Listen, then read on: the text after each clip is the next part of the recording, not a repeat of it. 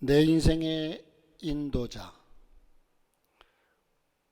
여러분, 나는 위대한 과학자보다 신실한 크리스찬이고 싶다. 사람들은 세상적인 명예와 세상적인 권위, 이것을 중요시하니까 이 얘기를 거꾸로 하기가 쉬울 거예요. 나는 크리스찬이기 이전에 위대한 과학자가 되고 싶다. 이게 사람들의 욕심이지 않을까 싶은데, 그런데 나는 위대한 과학자보다, 사람들이 존경하고 우러러보고 하는 그런 위대한 과학자보다 나는 진실한 크리스찬이고 싶다. 이 얘기를 누가 했냐면, 예전에 우리나라 과기처 장관이었던 정근모 박사가 그렇게 얘기를 했습니다. 이 정근모 박사는 언제나 자기 인생의 1등인 인생을 살았습니다. 어릴 적부터 천재라는 소리를 들으면서 경기 중고등학교를 수석으로 입학했고요. 고등학교를 4개월 만에 월반해가지고 서울대학교에서 차석으로 입학한 천재입니다. 여러분, 24살 때에 미국 플로리다 대학에서 박사학위를 받고 교수가 되어서 24살 때, 무려 24살 때에 그는 박사학위를 받고 대학 교수가 됩니다. 그래서 꼬마 교수라는 별명을 얻게 되었어요. 위대하죠? 한국과학기술원을 설립해가지고 세상의 주목을 받으면서 승승장구했던 그에게, 그런데 그에게도 어느 날 넘을 수 없는 큰 고통이 찾아왔습니다. 사랑하는 아들이 신부전증으로 투병생활을 하게 되었습니다. 이젠 그는 큰 고통하는 그 자식 앞에서 지금까지 자기 자신의 그 탁월함, 위대함, 이것이 아무것도 아니라는 사실을 그는 느끼게 되고, 또 그는 그렇게 고백하면서 그도 한낱 나약한 인생의 모습으로 돌아가게 됩니다. 하지만 자신의 한계를 인정할 수밖에 없었던 이 정근모 박사의 그 고통스러운 순간이 바로 하나님을 만나는 통로가 되었고 하나님을 만나는 계기가 되었던 겁니다. 그가 사랑하는 아들에게 신장을 떼어주는 과정에서 그는 하나님을 만났습니다. 신장 이식 수술을 해야만 했기 때문에 아버지가 아들에게 신장을 떼어주었습니다. 그러면서 그는 이렇게 고백합니다. 아들의 질병으로 인한 애통함이 없었더라면 제가 하나님 앞으로 나오는 일은 없었을 겁니다. 여러분, 우리 그리스도인의 입장에서 하나님을 만나고 하나님을 경험하고 하나님을 믿는다는 사실처럼 세상에 중요한 일이 없어요. 그런데 그는 아들의 고통을 통해서 하나님을 만나고 하나님을 믿게 되었다니, 이게 얼마나 큰 복인지 우리는 가히 상상할 수 없습니다. 여러분, 늘 그런 1등 인생이라는 닉네임을 가졌지만 사랑하는 아들을 위해서 아무것도 할 수 없다는 사실을 깨닫게 돼요. 자기 인생에 여러분 거칠 것이 없이 늘 1등 인생. 그런데 그는 모든 것이 1등일 줄 알고 모든 것이 그 인생에 형통할 줄 알았지만, 그러나 막상 아들의 고통 앞에서는 아무것도 할 수 없는 존재가 되고 말았다는 겁니다. 그 고통스러운 상황에 부딪혔을 때 그는 비로소 하나님 앞에 무릎을 꿇는 믿음을 갖게 됩니다. 그렇습니다. 인생의 주인은 하나님이시고 인도자 역시 하나님이십니다. 우리 인생의 주인공, 우리 인생의 주인이자 인도자는 하나님이십니다. 할렐루야. 사랑하는 성도 여러분, 여러분 모두가 인생이란 큰 그림을 볼 수 있기를 바랍니다. 인생이란 큰 그림, 지금 내 인생의 그림을 그려가고 있습니다. 완성되지 않았습니다. 어떻게 완성될지 모릅니다. 그러므로 지금 처한 여러분의 환경과 여건과 이젠 고통스러운 삶을 좌절하지 말고 포기하지 말고 하나님을 바라볼 수 있기를 주님의 이름으로 축복합니다. 때가 되면 반드시 그 그림이 완성될 겁니다. 내 인생의 그림이 완성될 겁니다. 큰 그림을 볼 수 있기를 바라는데 하나님의 때가 있습니다. 하나님의 때에. 여러분, 인생 행복론을 쓴 데일 카네기라고 하는 사람, 그 사무실에는요 풍경화 한 점이 그려져 있는데, 그 그림의 내용이 뭐냐 하면, 물이 다 썰물이 빠져나간 뒤에 이젠 낡은 배 한 척이 그 이젠 모래사장에 뻘바닥에 이젠 가라앉아서 아무 맥도 치지 못하고 이젠 마지막을 고하는 듯 그렇게 비스듬히 누워 있어요. 그런데 그 처량하고 황량하고 보잘것없는 그 배 밑에는요, 이런 글귀가 쓰여져 있습니다. 반드시 밀물 때가 올 것이다. 여러분, 그렇게 우선 보기에는 쓰러져서 이젠 저 배는 아무짝에 쓸모없는 배라고 생각할 수 있지만, 그러나 그 가운데서 소망을 가지고 소망의 눈으로 바라보는 사람은 반드시 밀물 때가 올 것이다. 물이 쭉 들어오면 그 배는 언제 내가 힘을 잃고 이러느냐는 듯이 이젠 배가 물 위에 뜨면서 힘있게 아마 전진할 것입니다. 여러분, 비록 지금은 절망스러운 때이지만 곧 온갖 생명체들이 노래할 밀물 때가 올 테니까 소망을 가지라는 겁니다. 여러분, 오늘 우리의 현실은 썰물 때입니다. 지금 여러분이 힘들고 어렵습니까? 물이 다 빠져나가고 내 힘으로는 어찌할 수 없는 그러한 처지에 놓여서 꼼짝달싹 못하는 이런 때가 아닌가 싶습니다. 고통스럽고 어렵지만 그러나 분명한 것은 반드시 밀물 때가 온다는 겁니다. 그때가 언제인지 모르지만 그 밀물 때가 온다는 거죠. 하지만 썰물 때 배를 손질하고 그 배를 수선해 놓지 아니하면 밀물이 들어와도 그 배는 뭔가 큰 역할을 할 수가 없다는 것입니다.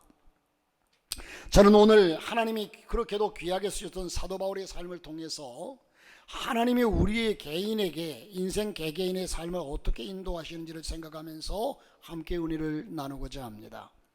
오늘 본문에 보면 유대 총독이었던 벨릭스는 유대인들의 관심을 얻기 위해서 바울을 2년이나 감옥에 가두어 두었습니다. 그리고 벨릭스의 후임으로 베스토가 부임하죠. 여러분, 우리나라의 일제 치하에 있을 때에 우리나라가 어땠습니까? 일본에서 조선 총독부를 두어가지고 이젠 이 대한민국을 지배하고 다스리게 했죠. 이처럼 이스라엘이 로마 통치하에 있을 때 로마에서 파송한 총독부를 두었습니다. 총독을 두어가지고 그 총독이 바로 벨릭스 총독이었는데 그 후임으로 베스토가 이어서 총독이 됩니다. 그가 유대 총독으로 오자 이젠 유대인들이 벨릭스 당시에 해결하지 못했던 바울에 관한 문제, 바울을 판결하는 문제를 해결하기 위해서 베스토에게 여러 가지로 간청도 하고 압력을 넣어서 어찌하든지 바울을 죽이려고 했습니다. 여러분, 바울이 오늘 본문에 보면 이태 동안 2년 동안 감옥 생활을 했어요. 베스토가 유대 총독을 부인한 지 3일밖에 되지 않은 상황에서 유대인 종교 지도자들은 바울의 재판에 관해서 문제를 다시 제기합니다. 그러면서 바울을 가이사랴에서 예루살렘으로 옮겨오기를 간청하죠. 오늘 본문 3절에 보니까 베스토의 호의로 바울을 예루살렘으로 옮겨보내기를 청하니 이는 길에 매보가 있다 그를 죽이고자 함이더라. 이젠 이렇게 옮겨오기를 바라는 것은 이유가 있었습니다. 왜냐하면 저들이 숨어 있다가 옮겨가는 과정에서 바울을 죽이려고 한 겁니다. 여러분, 유대인들 입장에서는 그럴 수밖에 없는 것이 이 바울이 얼마나 유대인들의 앞잡이였습니까? 그렇게 유대교를 신봉하고 했던 그가 이젠 다메섹 도상에서 예수 그리스도를 만나고 복음을 전하니 저들의 입장에서는 눈에 가시였습니다. 그래서 이 바울을 죽이고자 매번 이젠 시험했지만 그러나 실패하고 맙니다. 왜냐하면 하나님이 바울과 함께 계시기 때문에 또한 바울의 사명이 남았기 때문에 죽일 수가 없어요. 하나님이 지키시고 계신다는 겁니다. 그러므로 여러분, 우리가 죽음의 두려움 속에서 살지 마시기를 바라는데 우리의 생사화복은 하나님의 손에 달렸습니다. 할렐루야.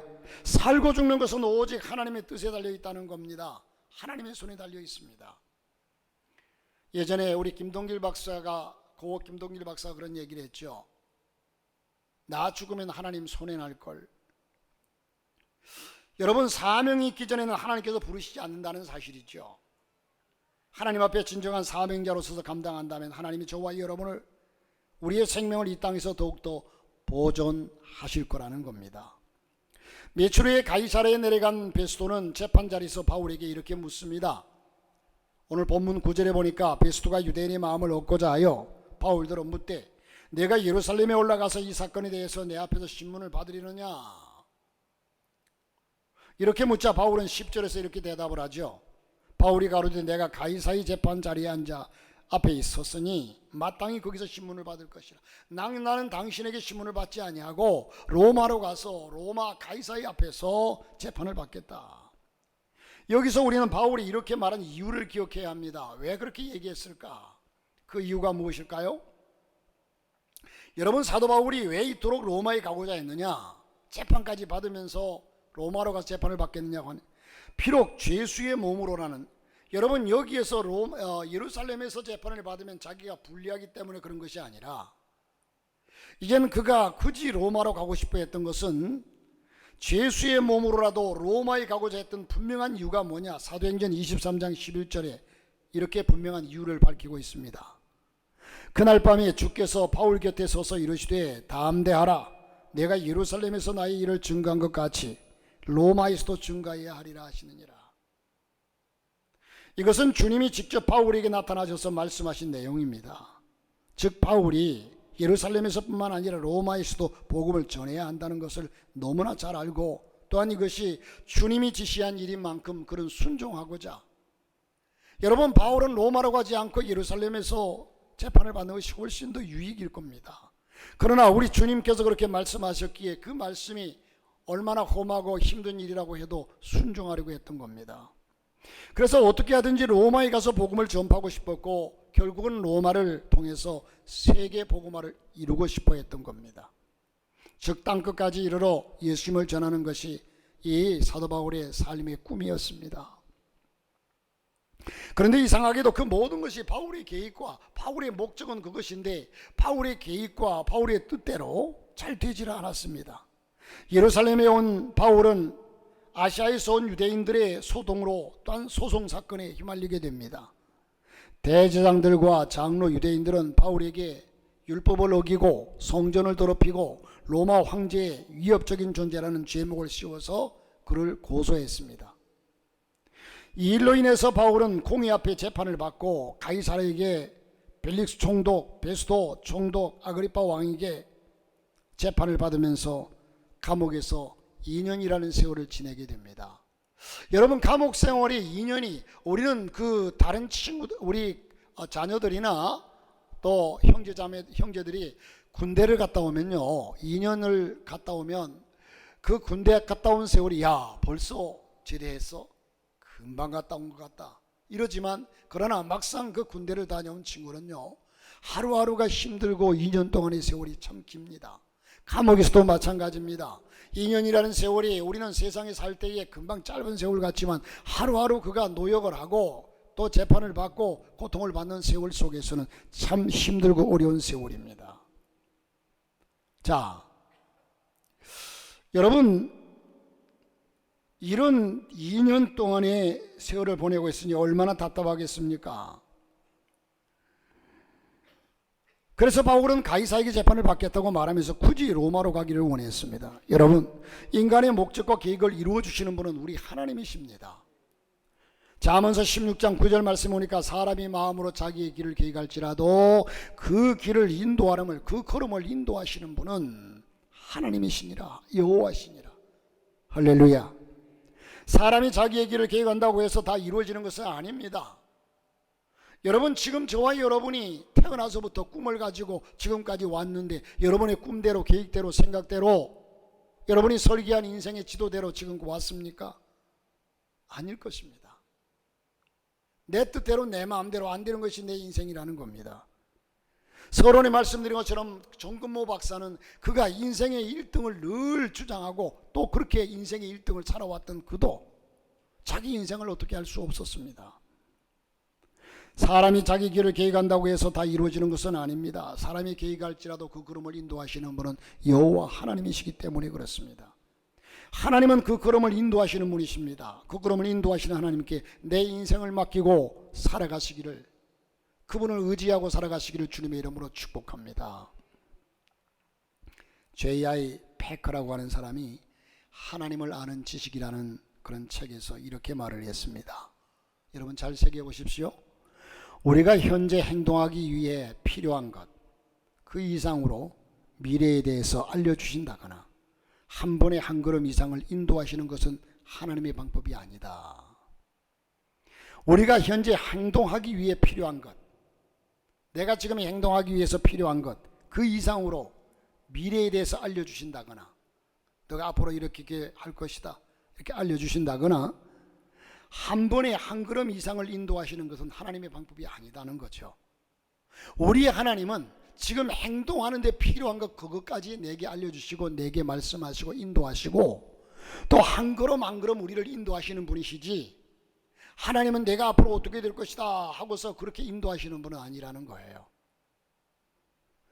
여러분, 그렇습니다. 하나님은 우리 미래를 한 번에 다 알려주시지 않습니다. 그러기에 우리는 살아갈 가치가 있는 거죠. 그러므로 미래를 알려고, 사업의 성공 여부를 알려고 내 계획과 뜻이 성취되는 것을 알아보려고 할 필요가 없어요. 왜? 알 수가 없어요. 사람들은 미래를 알려고요 점쟁이를 찾아갑니다. 무당들을 찾아가서 구설합니다. 때때로 사주팔자를 봅니다. 점괘를 봅니다. 그러나 우리의 미래를 귀신도 모른다는 거예요. 우리의 미래는 오직 하나님만이 아시고, 여러분 앞으로 된 미래, 예수 그리스도의 이 땅에 오심도 하나님만이 아십니다. 귀신은 우리 인간의 지나간 일들은 알지만은 앞으로 될 일을 몰라요. 속지 마세요. 귀신들은 사람들의 과거는 알아도 미래는 하나님이 허락지 않으셨습니다. 그러면 하나님께서 바울을 어떻게 인도하셨습니까? 하나님께서 재판을 통해서 인도하셨습니다. 아니, 편하게 제가 늘 여러분에게 말씀드리지만, 여러분, 하나님께서 요셉에게 일찍이 꿈을 주셨습니다. 그러면 우리는 생각할 때 하나님이 주신 꿈이고 하나님이 주신 요셉에 대한 비전이기 때문에 하나님께서 요셉을 특별히 생각하셔서 이젠 쉽게, 그래서 저는 가상컨대 그런 생각을 해봐요. 당시에 여러분, 애굽은 세계 최강국이었습니다. 그런데 이젠 또한 요셉은 아버지의 사랑을 받으면서 아버지도 그렇게 가난한 사람은 아니었습니다. 많은 형제들 가운데 요셉을 사랑하니까 요셉을 애굽으로 유학을 보내가지고 공부하게 만들고, 또 그런 인류대학 들어가서 공부하다가 우연히 애굽의 왕의 딸을 만나서 함께 눈이 맞아 교제하다가, 그래서 결국은 그가 이젠 애굽의 사위가 되어서, 왕의 사위가 되어서 총리가 되었다. 뭔가 이런 스토리, 우리가 생각할 때는 마땅히 그렇게 되어야 마땅합니다. 그런데 이 애굽에 가는 과정도 죽음을 몇 번씩 경험하고 숱한 고난을 통해서 하나님은 이 요셉을 인도하십니다. 그런데 여러분, 우리가 한번 상상해 보십시오. 하나님께서 요셉을 제가 말씀드린 대로 그런 과정을 통해서 애굽의 총리가 되었다면 애굽에서 총리의 역할을 잘 감당했을까요? 결코 그렇지 못했을 겁니다. 그런데 그는 고난과 연단과 모든 것을 통해서 통과해서 그는 총리가 되고 나니까 정직하고 하나님 쓰심에 합당한 사람으로 서게 되었다는 겁니다. 그러므로 여러분, 하나님께서는 우리를 하나님의 사람으로 세우는 것이 최고의 목적입니다. 그러기 위해서는 우리 인간의 본성이 있기 때문에 연단할 수밖에 없어요. 우리를 연단해서 하나님은 이 바울도 재판을 통해서 인도하셨습니다. 여러분, 바울은 지금 열정적으로 주의 복음을 전하는, 하루라도 빨리 이젠 로마로 가게 되면 복음을 하루라도 빨리 전하게 될 텐데, 그런데 그게 아닙니다. 옛말에 사람은 화장실 갈 때 마음 다르고 올 때 마음 다르다고 그랬어요. 그러므로 하나님께서 그를 바울까지도 이렇게 연단하신다면, 그렇게 확실하게 하나님의 사람으로 변한 바울까지도 연단하신다면 저와 여러분은 어떻겠습니까? 여러분, 죄인이 되어서 재판받는 일은 고난이요 고통입니다. 죄인이 당하는 모욕과 멸시천대는 너무나 견디기가 힘듭니다. 그러나 하나님은 재판을 통해서 바울의 계획과 뜻이 이루어지고 목적이 이루어지게 해주셨습니다. 우리로서는 이해하기 쉬운 일은 아닙니다. 여러분, 모든 것이 내 계획과 뜻대로 되지 않는다고 낙심하지 마시기를 주의 이름으로 축복합니다. 내가 세운 목적이 전혀 이루어지지 않을 경우에, 않을 그런 환경에 처해 있다고 절망하지 마시기를 바랍니다. 우리의 인생이 혹 돌아가는 수가 있어도 하나님은 그 길을 인도하십니다. 하나님은 내가 당하는 고난을 통해 더 좋은 길로 인도하십니다. 내가 알지 못할 뿐이지 하나님은 뜻을 가지고 계시고 하나님은 계획을 가지고 계시는 분이십니다. 내가 당하는 어려움과 고통을 통해서 내 계획과 뜻이 이루어지도록 인도하여 주시는 분이 하나님이십니다. 우리가 하나님을 몰라도 너무 모른다는 사실이에요. 여러분, 우리의 가는 과정이 힘들면 열매는 아름답게 되어 있습니다. 그래서 우리에게 너는 좁은 문으로 들어가라고 말씀합니다. 그 결과는 생명이라고 말씀했습니다. 넓은 길로 찾는 이가 많고 그 길로 가는 사람은 멸망이라고 했습니다. 이게 우리 삶의 원칙입니다. 그러므로 저와 여러분이 땀을 흘리면서 힘쓰고 애써서 때로는 고난과 역경을 통해서 가는 그 사람에게는 분명히 아름다운 열매가 기다리고 있습니다. 그러나 편하게 가는 그 길에는 분명히 멸망이 기다리고 있는 것이 하나님의 말씀이고 진리라는 겁니다. 사랑하는 성도 여러분, 재판을 통해서 바울의 계획과 뜻이 이루어졌습니다. 지금 여러분들이 어떤 일로 답답해하고 있습니까? 하나님은 범사의 때가 되면 결정하게 하시고 이루어주시는 분이십니다.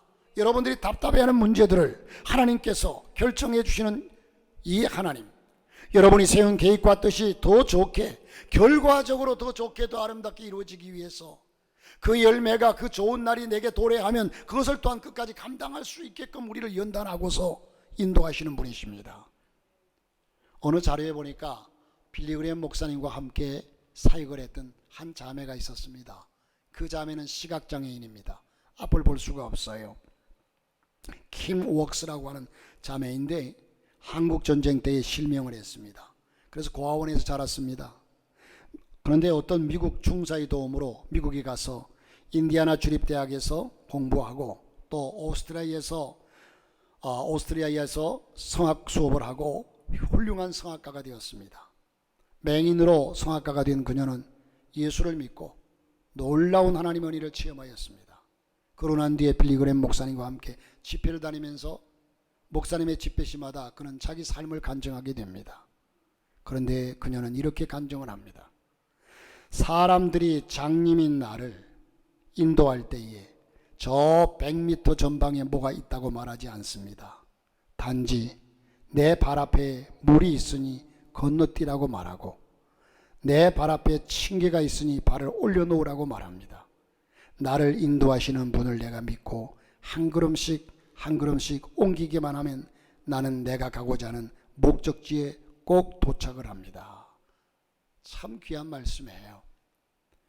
여러분, 우리도 이 시각장애인들을 안내하는 사람이 당신 앞에 지금 100m 앞에 뭐가 있습니다. 1000m, 1km 앞에 지금 뭐가 있습니다. 이렇게 안내하지 않아요. 그 발걸음, 당신 발 앞에 지금 계단이 있으니까 한 발 올려놓으세요. 지금 물이 웅덩이가 있으니까 거기서 살짝 건너뛰으세요. 지금 내리막 계단이니까 한 걸음씩 내려놓으세요. 이렇게 안내하지 멀리 안내해봐야 의미가 없습니다. 우리도 길 가다가 때때로 시각장애인들을 볼 수 있습니다. 그러면 시각장애인들이 지팡이를 짚고 갑니다. 이 지팡이가 길지 않습니다. 이렇게 두드리면서 가는 사람이 없어요. 이렇게 자기 발 앞에 뚝뚝뚝뚝 두드리면서 한 걸음 한 걸음 지금 앞에 돌이 있나 뭐가 있나 하나하나 찍어가면서 그 길만 따라갑니다. 자, 여러분, 그 걸음을 인도하시는 분 하나님이십니다. 그러므로 나를 인도하시는 하나님을 믿고 신뢰하면서 내가 처한 환경에서 한 걸음 두 걸음 앞을 보면서 절망하지 말고 내 발걸음 인도하시는 그분의 말씀만 순종하면서 한 걸음 두 걸음 나가면 하나님께서 내 길을 하나님의 영원하신 그 놀라운 역사 앞으로 인도하게 될 줄로 믿습니다. 처한 상황과 처지와 현실을 거꾸로 간다 하여도 그분의 말씀을 따라 순종하며 나가는 성도가 되시기를 바랍니다. 우리의 걸음을 인도하시는 하나님께서 하나님이 때가 되면 우리의 계획과 뜻을 이루시고 인생 목적지에 도착하게 된다는 사실입니다. 그러니 결국 바울을 로마로 보낸 것은 누굽니까? 베스도나 아그리파 왕입니까? 아니면 가이사 앞에서 재판을 받겠다고 주장하는 바울의 주장이었습니까?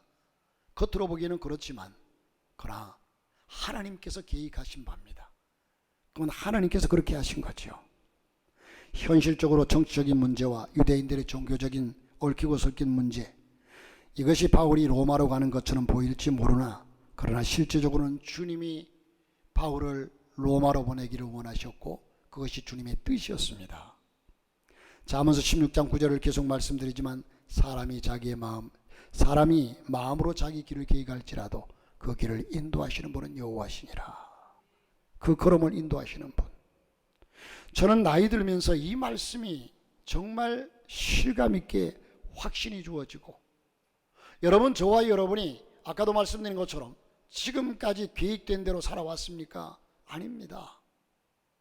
우리의 인생이 계획된 대로, 생각한 대로, 설계한 대로 되어지지 아니하고, 내가 지금까지 지내온 것이 내 삶의 중간중간에 때로는 하나님 원망하기도 하고, 어떻게 이럴 수가 있습니까? 어떻게 이럴까 저럴까 하면서 의문을 가지고 불평하기도 했지만, 그러나 지나놓고 보니까 하나님께서 그래서 나를 그렇게 연단시키셨구나, 하나님께서 그래서 나를 그곳까지 인도하셨구나, 지금 와서 보니까 이해가 되어지고 하나님이 왜 그렇게 했는지가 깨달아진다는 거예요. 그러니까 하나님이 내 길을 인도하신다는 거죠.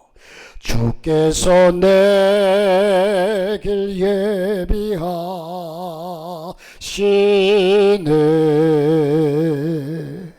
이제 하루하루를 주만 따라가리라. 주께서 내 길 예비하시네.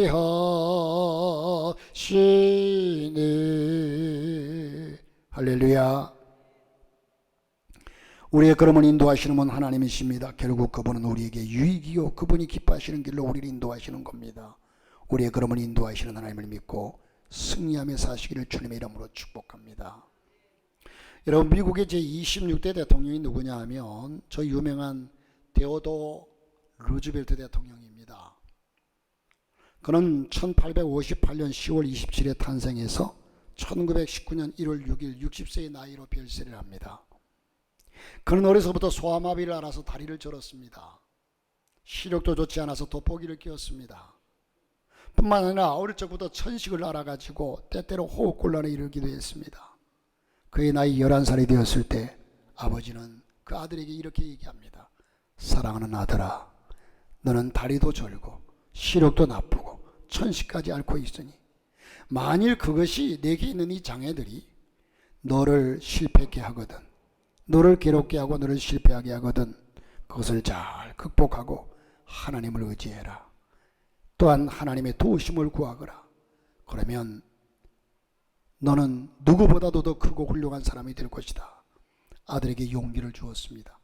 그 후부터 그는 아버지의 말대로 신체적인 모든 장애를 딛고 열심히 기도하고 말씀을 읽고 부지런히 공부해서 다른 사람보다 열악한 환경과 불행한 조건을 가지고 있었지만 그것 때문에 그 고난이 없었으면 그는 그렇게 열심히 하지 않았을 겁니다. 그것 때문에 더욱 겸손했고 하나님께 더 가까이 나아가는 계기가 되었습니다.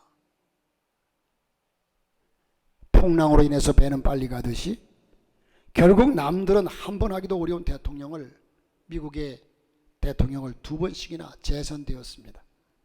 사랑하는 성도 여러분, 성공하는 모든 사람들의 경우에 공통점이 있는데 그것이 고난입니다. 그들은 자기의 가는 길에서 결코 평탄한 것이 아니었다는 겁니다. 무언가 그 길을 막고 가로막고 고통스럽게 하고 장애물들이 모두 있었다는 말입니다. 대부분의 사람들은 자신의 가는 길이 막히면 좌절하고 낙심하고 절망하면서 누군가를 원망합니다. 부모를 원망하고 사회를 원망하고 하나님을 원망합니다.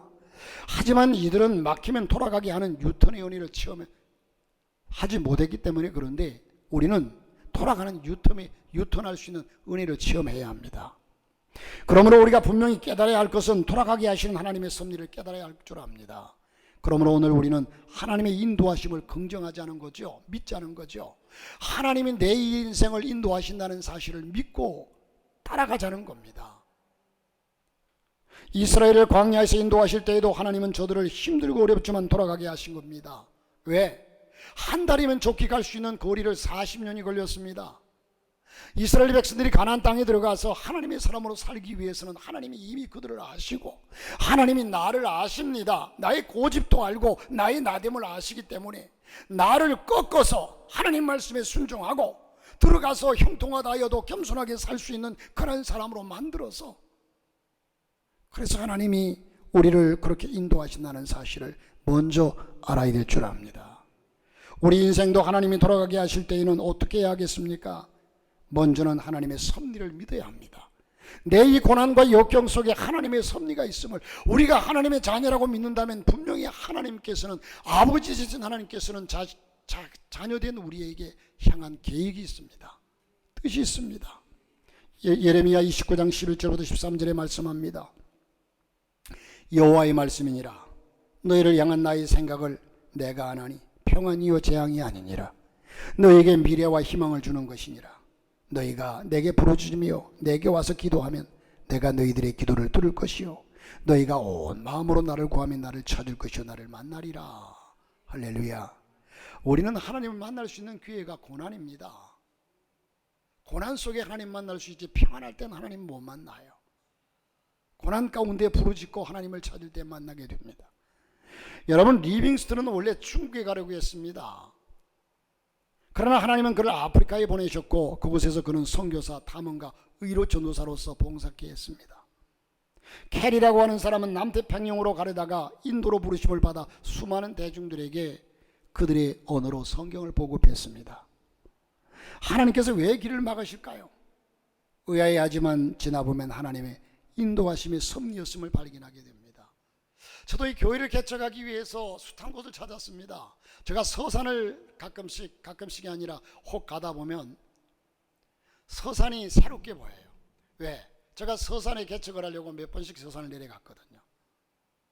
가가지고 지하도 보고 여기도 보고 저기도 보고 개척을 하려고 개척지를 찾았거든요. 그런데 그것을 하나님이 원치 아니하시고 하나님이 오산 땅을 보여주셨어요. 계속해서 3일 저녁을 보여주면서 거기서 개척해라. 자, 여러분, 우리는 하나님께서 인도하심을 따라갈 때에 하나님의 역사를 발견하게 되는데, 하나님이 주신 지혜를 가지고 내 인생의 선한 목적을 위해서 우리가 최선의 노력을 하는 것은 대단히 중요합니다. 그러나 더 중요한 것은 인생의 생사화복을 주관하시고 생존의 세계를 섭리하시는 하나님을 섬기면서 그분의 인도하심을 받으며 살아가는 것이 더 중요하다는 사실입니다. 오늘도 우리 인생들을 섭리하시는 하나님의 인도하심을 받으면서 복되게 살아가는 믿음 있는 성도가 되어서 우리 하나님의 인도하심을 확신하는 인생이 되시기를 주님의 이름으로 축복합니다. 하나님이 아십니다.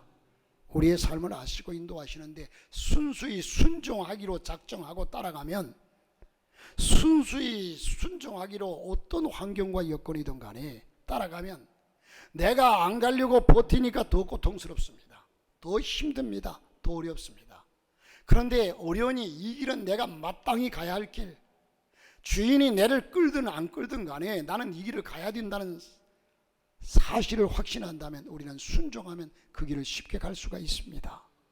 주님 인도하시는 그 길로 나아가 저와 여러분이 승리하는 귀한 역사가 있기를 주님의 이름으로 축복합니다.